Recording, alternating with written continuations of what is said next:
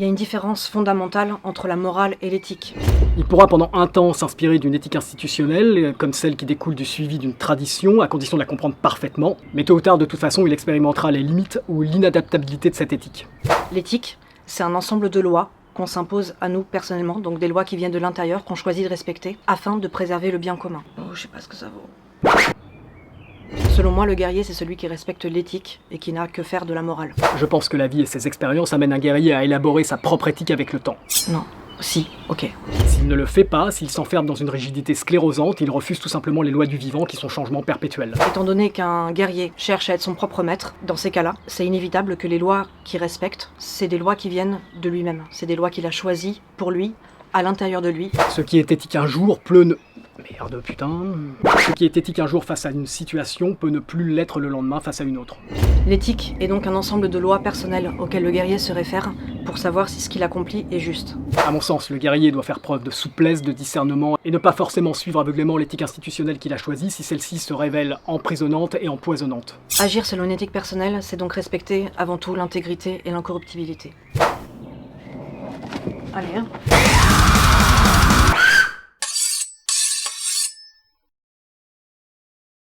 Je pense, oui, un guerrier selon moi adopte un art de vivre, et un art de vivre implique un code de vie. Ouais, carrément. Tout art quel qu'il soit implique un code de vie, c'est-à-dire un ensemble de principes qui évitent à l'artiste de s'égarer d'une voie, comme une sorte de garde-fou qui lui évitera de se perdre, de tomber dans le précipice ou dans certains pièges. Oui, pour moi, avoir un code de vie quand on est un guerrier est complètement indispensable. Oh, ça m'énerve, c'est tellement plus facile de parler cool. Parce que c'est justement ça qui va lui permettre de savoir comment se comporter dans des situations différentes données, et avant tout comment se comporter envers lui-même. Un code émane de l'expérience et de la sagesse de ceux qui l'ont connu. Non. Un guerrier qui fait le choix de l'authenticité, par exemple, saura nécessairement comment réagir, peu importe la situation qu'il a en face de lui, peu importe la personne qu'il a en face de lui. Un code émane de l'expérience et de la sagesse de ceux qui l'ont constitué. Putain, de l'expérience et de la sagesse de ceux qui l'ont constitué. Il prend en compte qu'il existe des lois dans l'univers et que pour agir en harmonie avec elles, il y a des principes de vie à respecter. Pour moi, un code de vie est une sorte de mode d'emploi qui nous permettrait de mettre à profit une incarnation donnée. Grâce à lui, peu ou pas de perte d'énergie et de temps, et davantage d'efficacité dans les actes menés vers un objectif de vie quel qu'il soit. Avoir un code qu'on a choisi, qu'on a déterminé pour soi-même et par soi-même à l'avance. Non mais je l'ai déjà dit ça, mais putain! Ça permet face à toutes les situations de la vie de savoir d'emblée comment réagir. Donc un guerrier dans ces cas-là, il ne fera jamais l'anguille ou le caméléon pour essayer de se conformer à quelque chose et d'essayer de satisfaire tout le monde. Il va avant tout en fait respecter les règles qu'il s'est données à lui-même. Pour revenir justement sur le choix de l'authenticité, même dans des situations délicates où on aurait envie de mentir ou de déformer un peu la réalité pour que les choses soient plus faciles, en fait, plus faciles à vivre, assumer ce choix d'être authentique en permanence, peu importe ce qu'il advienne, ça permet aussi justement de respecter son propre honneur, son honneur personnel, et de chaque fois en fait renforcer son estime de soi. Notamment, et ça c'est quelque chose d'intéressant, quand on fait ce choix par exemple de l'authenticité, ce qui est bien c'est que forcément dans ces cas-là la réalité va se mettre au diapason, donc ça va attirer vers soi des personnes de plus en plus authentiques, et on va aussi vivre de moins en moins de situations où on est confronté à des choses qui ne sont pas en adéquation en fait avec nous-mêmes et avec notre propre valeur. Et ça vaut finalement pour tout le code du guerrier. Chaque fois justement qui réitère face à la vie, qui repositionne les valeurs auxquelles il a décidé les valeurs qu'il a décidé de respecter justement, ça renforce justement sa propre lumière et ça diffuse en plus de plus en plus l'énergie en fait qu'il a décidé de nourrir dans sa vie et d'alimenter, et donc fatalement ça attire aussi les personnes qui respectent et qui ont envie et besoin de ce genre d'énergie. Donc naturellement pour le guerrier, avoir un code de vie, ça lui permet d'être profondément en accord avec lui-même et de vivre une vie qui est aussi de plus en plus au diapason avec les valeurs qui sont très importantes pour lui.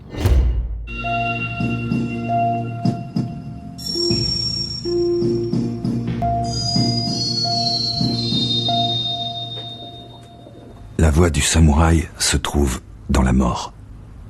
On doit se livrer chaque jour à la méditation sur une mort inévitable. Chaque jour, quand le corps et l'esprit sont en paix, on doit méditer sur l'idée d'être déchiré par des flèches, des fusils, des lances et des épées.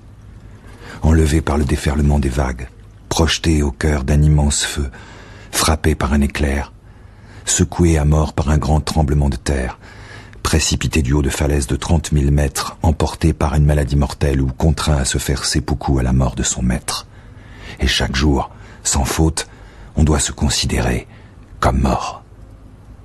Telle est la substance de la voie du samouraï.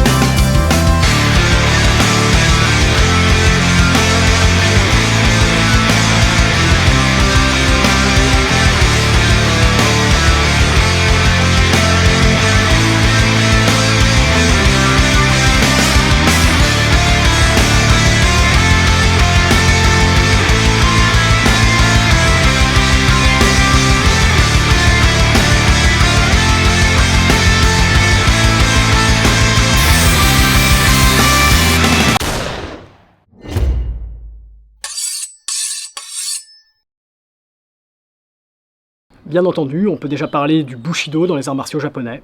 Cette transmission orale, qui a fait l'objet d'une explication manuscrite par Inazo Nitobe aux Occidentaux, est sûrement le code de vie le plus célèbre. Il découle d'un état d'esprit, d'une façon de concevoir le sens de l'existence de l'homme au sein de la caste des samouraïs. Il regroupait un ensemble de principes de vie et tout un tas d'éléments éducatifs à même de les justifier. Et puisque nous abordons l'esprit samouraï, nous pouvons parler également d'ouvrages comme Hagakure ou le traité des 5 roues, qui constituent pour certains un code de vie dans un domaine spécifique, comme le domaine des affaires par exemple. C'est également le cas pour le recueil stratégique de Sun Tzu, le fameux art de la guerre chinois. Oui, tout à fait. Il existe un code de vie institutionnel dans le chamanisme. Alors, il se manifeste de deux façons, d'une façon intérieure et d'une façon extérieure. Pour commencer, donc, d'une façon extérieure, dans le chamanisme, on pense que tout est vivant, que tout a un esprit. Donc, quand on va se diriger vers des plantes enseignantes, on doit tout à fait respecter, en fait, respecter ces plantes, respecter ces esprits. Donc, pour les respecter, il y a certaines règles, en fait, à appliquer, en l'occurrence, à l'intérieur de soi. Donc, il y a vraiment un code à respecter quand on diète les plantes. C'est comme ça que ça s'appelle quand on entre vraiment en contact pour apprendre en fait de ces plantes. Donc il y a des règles extrêmement strictes à respecter, que ce soit au niveau comportemental, au niveau alimentaire et même en fait au niveau de soi-même. C'est-à-dire on doit être extrêmement vigilant envers l'énergie qu'on laisse rentrer à l'intérieur de soi.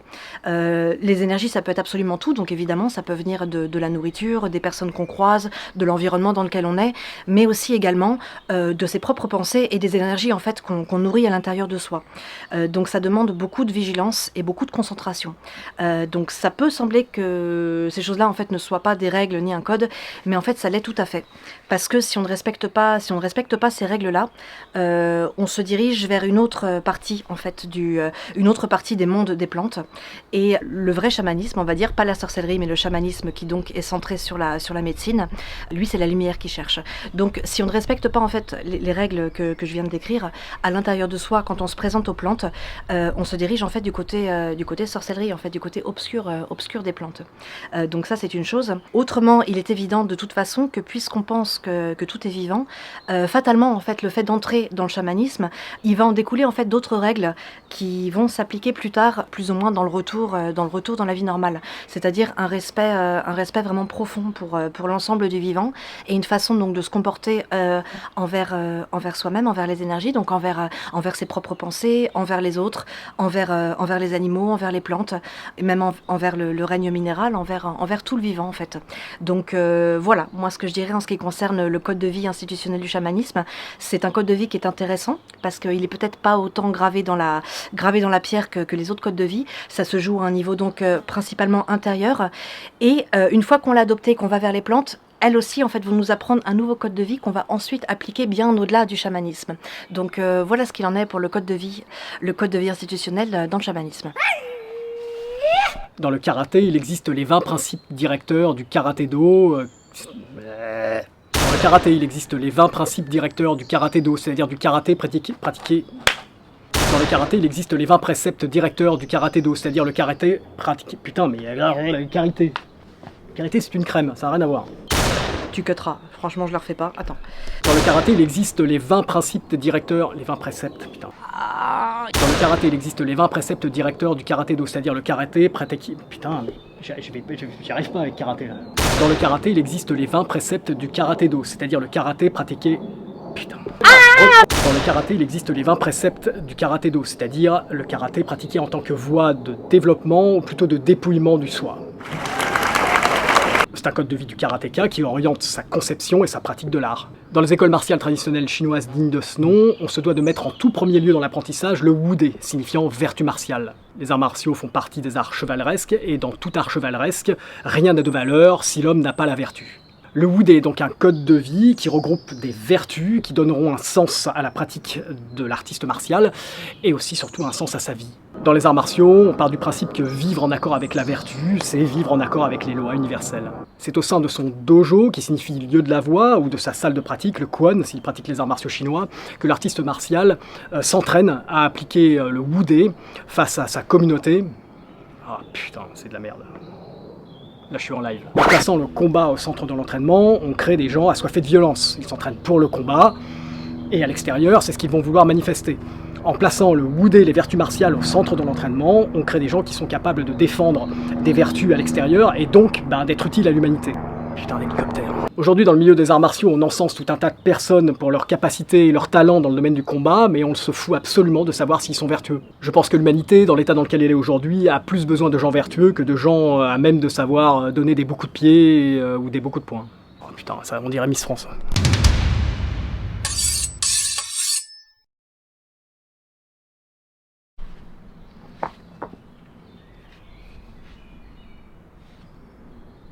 Pour moi, l'intérêt d'avoir un code de vie, c'est d'avoir des valeurs qu'on est carrément fier, en fait, carrément fier de porter et de défendre. Pour moi, un code de vie n'a d'intérêt que si on a un objectif de réalisation personnelle. Ça permet aussi justement de ne pas dévier, principalement quand on est dans des situations un petit peu délicates, avoir choisi en fait d'avance ce pourquoi on a envie de lutter, ce qu'on a profondément envie de défendre en fait. Ça permet de pas faiblir en fait, de pas faiblir face à une situation, face à certaines personnes non, c'est nul.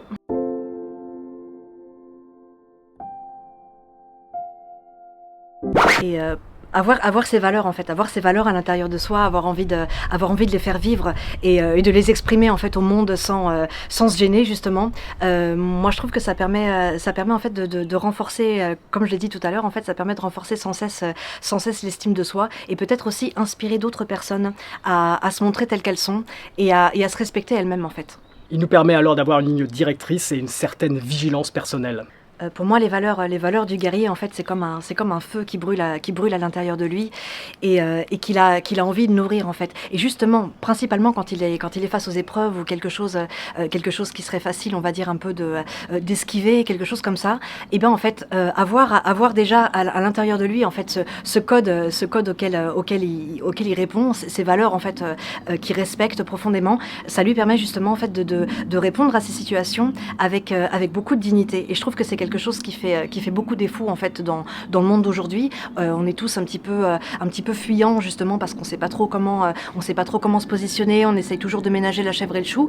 Pour moi, le guerrier, c'est justement quelqu'un qui n'a pas envie de préserver la chèvre et le chou et qui n'a pas peur de prendre des risques pour affirmer à ses propres yeux, affirmer au monde en fait l'éthique qu'il défend. Et d'autre part, moi, d'une façon très personnelle, il y a une position que j'ai décidé de prendre, par exemple, face à la mort, face au danger, face au risque de l'existence. Et quand j'ai tendance peut-être un petit peu à faiblir ou à pas trop savoir quoi faire, ben, dans ces cas-là, en fait, il y a ma volonté qui se réveille et il y a justement en fait ces choix que j'ai fait de prendre des risques, d'éprouver en fait la vie elle-même et de m'éprouver moi-même en fait, d'éprouver ma propre âme à travers les épreuves. Et ça me permet justement de me redonner peut-être un petit peu la niaque qui me manquait quand j'ai tendance à tomber dans la victimisation de moi-même. Donc voilà, pour moi, tout ce truc du guerrier, en fait, toute cette posture en fait et cette position vraiment profonde en fait, qui n'est pas juste une pose qu'on prend à l'extérieur, mais au contraire en fait quelque chose de vraiment ancré à l'intérieur de soi. Et ben ça permet justement de vivre une vie pleine et entière, et une vie qui se dirige pas en fait dans la peur, mais au contraire dans la foi, dans le courage, dans l'espérance aussi peut-être. Et voilà, moi je sais que c'est quelque chose qui m'anime profondément. Et donc lutter parfois pour faire vivre ces valeurs à l'intérieur de moi et toujours en fait les respecter peu importe ce qui se passe.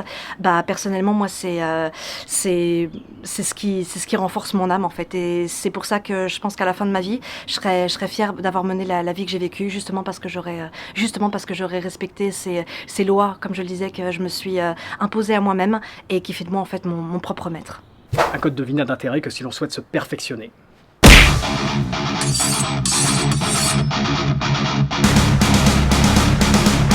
Pour ceux qui ont choisi de donner un sens à leur vie, un code de vie permet de garder le cap. Personnellement, j'ai choisi de vivre en accord avec les lois du vivant. Je pense que l'énergie de vie est distribuée d'une source à la matière en passant par des principes, des lois. Et vivre en accord avec la vertu me permet justement d'aller dans le sens du courant de la distribution du vivant. Et peut-être de vivre à contre-courant des lois des hommes par moment. Alors moi oui, j'ai un code de vie qui m'est tout à fait personnel. Après c'est pas forcément, je pense qu'un code de vie n'est pas forcément quelque chose qui doit s'appliquer à tout le monde. Voilà, on a tous certaines choses qui vibrent ou qui résonnent et qui fonctionnent pas pour tout le monde. Moi je sais que mon code de vie, plutôt que d'émaner en fait de quelque chose d'extérieur que j'aurais lu, c'est quelque chose que j'ai découvert en moi quand j'étais très jeune en fait, et qui m'a permis peut-être déjà dans des situations assez délicates d'arriver à maintenir le cap sans devenir complètement folle en fait. Donc moi par exemple j'ai une position peut-être assez étrange par rapport à la mort. Je sais qu'il y a beaucoup de gens qui craignent la mort. Moi depuis très jeune en fait la seule chose que je crains c'est que la vie, le temps qui m'est alloué en fait avant de mourir ne soit pas employé d'une façon convenable, ce qui pour moi en fait signifie à 100% et à fond. Et je trouve que le vrai malheur en fait, le vrai malheur pour moi par exemple c'est de passer sa vie en fait à nourrir l'œuvre de personnes qui ne sont pas nous. Et donc voilà, à partir de ce moment-là, tout ce que je peux faire en fait, tout ce que je peux faire pour nourrir mes œuvres personnelles, ça fait partie de mon code de vie par exemple, de vraiment lutter en l'occurrence pour arriver à ce que mon temps passé sur Terre soit un temps en fait qui m'est imparti à moi et à ce qui est sacré en fait à mes yeux. Pareil pour moi en fait, le bonheur principalement, il se résume dans le fait d'être en adéquation parfaite et constante entre ce qu'on pense et ce qu'on fait, donc entre ses pensées et ses actes. Je pense qu'il y a beaucoup de personnes qui sont désalignées, pas forcément par volonté personnelle, mais parce que justement en fait elles se laissent prendre un petit peu peut-être dans les filets de la vie et dans les complications de la vie, ce qui fait qu'elles pensent et elles ressentent beaucoup de choses à l'intérieur d'elles-mêmes, mais elles vont pas forcément le manifester ni aux autres ni à travers des actes, même dans le fait par exemple de changer de vie, parce que effectivement c'est quelque chose de délicat, c'est quelque chose qui demande beaucoup de détermination, beaucoup de persévérance aussi, donc de la constance dans l'effort et quelque chose qui ne s'arrête pas vraiment, donc il faut être extrêmement déterminé. Moi je sais que voilà, par exemple ces deux choses-là, l'attitude face à la mort, donc tout faire en fait pour mener une vie qui a du sens en fait pour moi avant de mourir, sans craindre spécialement la mort, et être toujours en adéquation parfaite entre ce que je pense et ce que je ressens et ce que j'exprime aux autres et ce que je vais manifester à travers mes actes en fait dans le monde. Voilà, ça c'est des valeurs qui sont essentielles pour moi. Donc voilà, peut-être en quoi je dirais vraiment les piliers majeurs de mon code de vie, voilà en quoi ils consistent. Je pense que l'intérêt aujourd'hui d'avoir un code de vie, surtout lorsque je parle de code de vie lié aux arts martiaux, c'est de pouvoir conserver dans un monde où les valeurs se perdent, où les valeurs humaines ont tendance à être le dernier maillon de la chaîne, où les vertus sont les dernières des préoccupations, à pouvoir préserver une manière de communiquer, une manière de concevoir la vie qui est pour moi de l'ordre du bon sens. Alors moi, mon code de vie, je pense qu'il s'est construit relativement jeune. Il s'est construit par rapport à ce que je sentais à l'intérieur de moi et aussi peut-être par rapport à certaines valeurs qu'on m'a transmises. J'ai la chance d'avoir une mère qui m'a transmise, je pense, des très bonnes valeurs, et aussi grâce à des lectures, je pense, des lectures qui m'ont profondément marquée quand j'étais jeune et que j'ai complètement en fait absorbées et incorporées, et certaines philosophies que j'ai fait miennes. Donc c'est peu à peu comme comme ça, je pense en fait que j'ai déterminé en fait les valeurs que je voulais nourrir à l'intérieur de moi et que je voulais porter et incarner peut-être aussi dans le monde. Donc c'est comme ça que mon code de vie s'est fait petit à petit, mais je pense en fait qu'il a été déterminé. Il n'y a pas eu de grosses découvertes en fait quand j'avais par exemple 30 ans. Je pense que déjà quand j'avais 15 ans en fait, même si j'étais pas capable de le mettre en application, parce que bon à 15 ans c'est un peu plus délicat, mais je pense qu'en fait il s'est formé quand j'étais déjà très jeune et que voilà, c'est maintenant on va dire voilà vers la trentaine et au-delà de la trentaine qu'on arrive vraiment en fait à incarner ces valeurs qu'on a à l'intérieur de nous et justement comme ça c'est de cette façon en fait qu'on devient de plus en plus aligné et de plus en plus en accord en fait avec soi-même. Alors oui, j'ai un code de vie, mais je fais très attention à la notion de moment, tout simplement parce que la pensée martiale émane du fondement de la culture chinoise, et la culture chinoise puise sa source dans le Yiking. Et le Yiking fait d'abord attention à la notion de moment, parce que, encore une fois, avoir un code de vie beaucoup trop rigide va générer énormément de tension dans le vécu, et va faire de nous des êtres incapables de s'adapter. Bien sûr, vivre en accord avec la vertu est important, mais pas n'importe comment. C'est pour ça que j'interroge énormément le Yiking lorsque je suis face à une décision dans laquelle je me sens tiraillé. Et ce livre étant formidable, me donne par rapport au moment précis une direction qui m'aide à accompagner par un acte précis ce code de vie qui peut-être ne m'aurait pas permis d'avoir l'acte juste. Alors oui, il est tout à fait évident que quand on a un code de vie qui est assez fort, en fait, on va se retrouver fréquemment dans des situations, notamment parce que voilà, tout le monde n'a pas le même code de vie et il y en a même il y a même beaucoup de personnes, je pense, qui n'ont aucun code de vie. Et donc évidemment, quand on décide de respecter certaines choses et certaines lois qu'on s'est données à soi-même, il est fatal que dans tout un tas de situations dans la vie, en fait, on doive faire un choix. Soit effectivement, voilà, le choix plus ou moins de la lâcheté. Enfin moi j'appelle ça le choix de la lâcheté, ou on va essayer de s'adapter pour satisfaire le monde extérieur, ne pas faire de vagues et ne pas déranger, et puis aussi préserver ses propres fesses d'une certaine manière.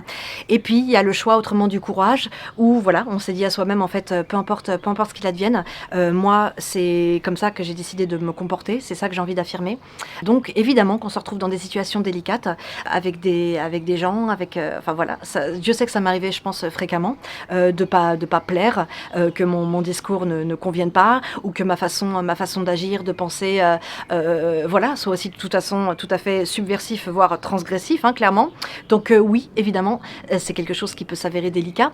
Après, tout ça, pour moi, c'est ce qui concerne en fait le monde extérieur. Et donc en fait, ça me dérange pas finalement de créer des espèces d'épreuves supplémentaires que j'aurais pas vécues si je m'étais plus conformée en fait à la pensée globale.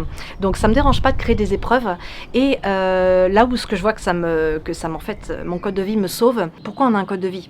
C'est pas pour satisfaire le monde entier, en fait, c'est pour se sentir bien avec soi-même. Et donc, moi, ce que j'ai remarqué dans certaines situations où j'ai affirmé en fait mes propres valeurs, bien que voilà, la situation derrière est peut-être un peu dégénérée avec les autres personnes, et ben j'ai ressenti en fait une sorte de lumière à l'intérieur de moi, comme un rayonnement justement, parce que je me suis sentie profondément alignée en fait avec ce que je croyais, avec ce que je pensais être, avec ce que je voulais être. Et donc, en ce sens, oui, ça m'a sauvée, parce que ça a réanimé mon estime de moi et ma propre lumière. Bien sûr, mon code de vie s'inspire d'un ensemble de lectures que j'ai pu avoir sur le monde des arts martiaux, mais pas uniquement sur le monde des arts martiaux, un ensemble de philosophies qui m'ont semblé constructives, ont inspiré mon code de vie. Par contre, je place la souplesse en premier lieu, tout simplement parce que il y a des codes de vie martiaux qui peuvent paraître grandioses de par leur force, leur puissance, leur rigidité, et en fait ils font beaucoup de dégâts. Le plus important dans mon code de vie, c'est d'essayer d'être juste dans mes pensées, juste dans mes sentiments et juste dans mes actes. En Chine, l'arme noble n'est absolument pas ni l'épée ni le sabre, l'arme noble c'est l'arc. Et donc les nobles, lorsqu'il s'agissait d'élire un dirigeant, se rassemblaient et avaient un concours de tir à l'arc qui se faisait en musique. Et donc la cible devait être atteinte en son centre, mais pas n'importe quand. Il devait y avoir une notion de moment, et c'est sur un rythme précis de la musique que l'archer devait tirer et atteindre sa cible justement. Putain d'avion. Putain d'hélicoptère, putain d'avion. Alors bien qu'un code de vie soit quelque chose, je pense, de tout à fait personnel, il y a évidemment des grandes valeurs qui vont se retrouver quand même à droite à gauche. Et l'intérêt justement en fait de partager, d'exprimer clairement son code de vie aux autres personnes. Alors d'une déjà, ça peut-être leur redonner de la foi et de la force, de voir qu'en fait il est tout à fait possible, oui, de respecter un code qui peut paraître un petit peu désuet, un petit peu obsolète, un petit peu ancien peut-être, un espèce de code de samouraï comme ça assez intransigeant. Et qu'en fait, oui, il est tout à fait possible de vivre avec et de mener une vie qui soit heureuse grâce à ce code peut-être, et même si, voilà, en fait, c'est tout à fait possible. Et l'intérêt justement de le partager aux autres, c'est pas forcément de leur transmettre quelque chose de rigide auquel ils doivent forcément obéir, mais qui s'inspire en fait, qui voit ce qui résonne à l'intérieur d'eux. Je pense que si on a un code de vie, c'est qu'on a des aspirations profondes, sûrement sous l'impulsion de notre âme. La vie ayant ce don pour pointer du doigt nos faiblesses, le code de vie va nous permettre de pouvoir éventuellement corriger rapidement lorsque nous transgressons par colère, par peur, les vertus que nous sommes donnés d'incarner. Et donc si le code de vie a une fonction de sauver quelque chose, c'est sûrement simplement de sauver notre âme. L'un des objectifs d'un concept tel que Sabre et Machette est de pouvoir justement apporter via un blog des éléments constructifs qui viennent des deux traditions, les traditions martiales et les traditions chamaniques. Le code de vie est à même de constituer un des éléments majeurs justement qui pourrait permettre à une personne de s'inspirer et de pouvoir construire son propre code de vie. Voilà, on vous invite donc à consulter le blog de Sabre Machette, parce que finalement ce blog, en fait, c'est l'idée de ce blog, c'est de laisser une marque tangible de toutes les idées qu'on partage dans les vidéos. Donc voilà, vous pourrez retrouver le code de vie qui s'inspire, enfin de nos deux codes, hein, évidemment, fusionné dans quelque chose, on espère, voilà, qui pourra vous inspirer personnellement. Et voilà, bon merci de nous avoir écoutés et à bientôt les gars. Il est dit que ce qu'on appelle l'esprit d'une époque est une chose à laquelle on ne peut pas revenir. Et si cet esprit se dissipe progressivement, c'est que le monde approche de sa fin. Aussi, même si l'on souhaite changer le monde d'aujourd'hui et revenir à l'esprit d'il y a 100 ans ou plus, cela ne se peut. Quête personnelle, on l'avait encore jamais sorti, pourtant c'est essentiel, bravo. Ouais.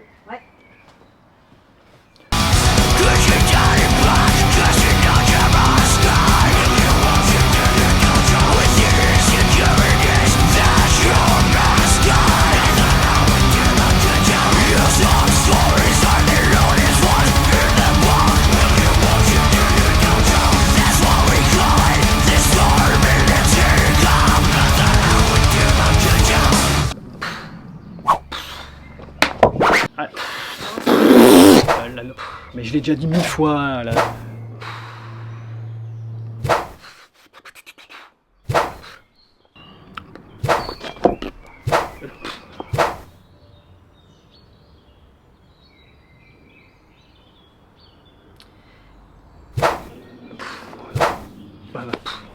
Oh putain, non, ça c'est de la merde.